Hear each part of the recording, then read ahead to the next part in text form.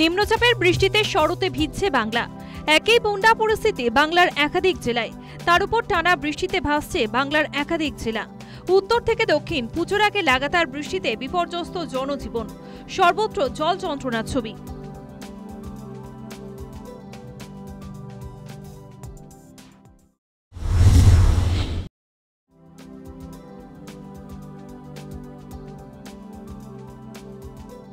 কখনো সেতিছোড়া, কখনো বিরিক দ্বারা একাধিক জায়গায় ধস নেমেছে বাংলা সিকিমের লাইফলাইন 10 নম্বর জাতীয় সড়কে।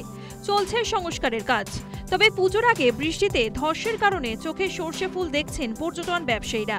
প্রাকৃতিক নানা দুর্যোগের কারণে পুজোয় পাহাড়ের বুকিং তলানিতে।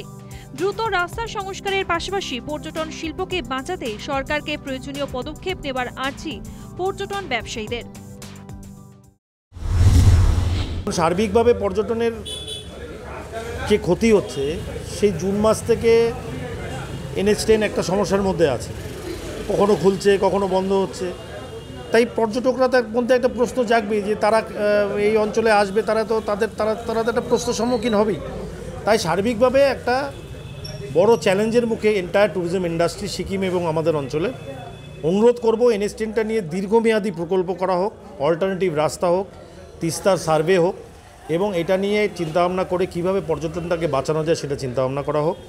এবং উত্তর সিকিম, যেটা 1 বছরের কাছাকাছি লাচেন বন্ধ, এবং লাচুং 1 বছরের মধ্যে মোটে 2 থেকে 2.5 মাস খুলেছিল, সেই লাচেন খোলাও।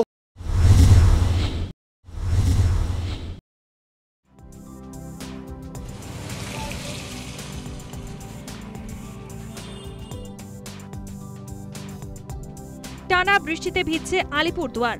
বৃহস্পতিবার উত্তরবঙ্গের 4 জেলায় লাল সতর্কতা জারি করেছে হাওয়া অফিস।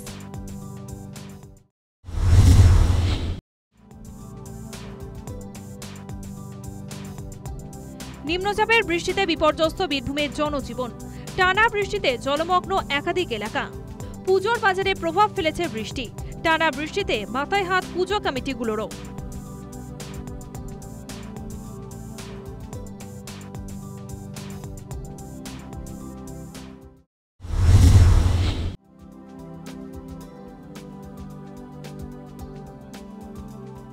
নিম্নচাপের জেরে আকাশের মুখ ভার।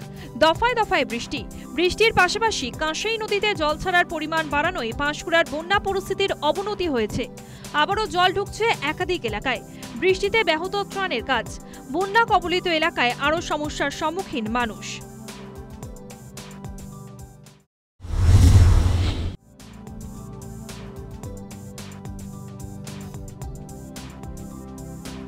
জল যন্ত্রণা দক্ষিণ 24 পরগনায়। কয়েকদিন বাদেই পুজোর আগে মাথায় হাত মৃৎশিল্পীদের।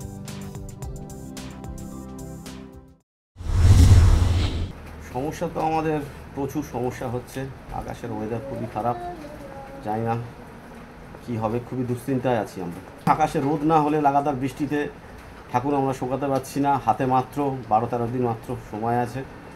কিভাবে কমপ্লিট দেবো, কীভাবে কী করবো, আমরা খুব অসহায় বোধ করছি এই মুহূর্তে। বৃহস্পতিবার সকালেও জলছাড়া অব্যাহত দুর্গাপুর ব্যারেজে। জলছাড়ায় আবারও বন্যা পরিস্থিতির অবনতি হওয়ার আশঙ্কা। পাশাপাশি টানা বৃষ্টি হওয়ায় ডিভিসি 5 থেকেও জলছাড়ার পরিমাণ বাড়ানো হয়েছে। বুধবার রাত থেকে লাগাতার বৃষ্টি হয়েছে কলকাতা এবং পার্শ্ববর্তী অঞ্চলে। শহরের বহু জায়গায় জলমগ্ন হয়ে রয়েছে।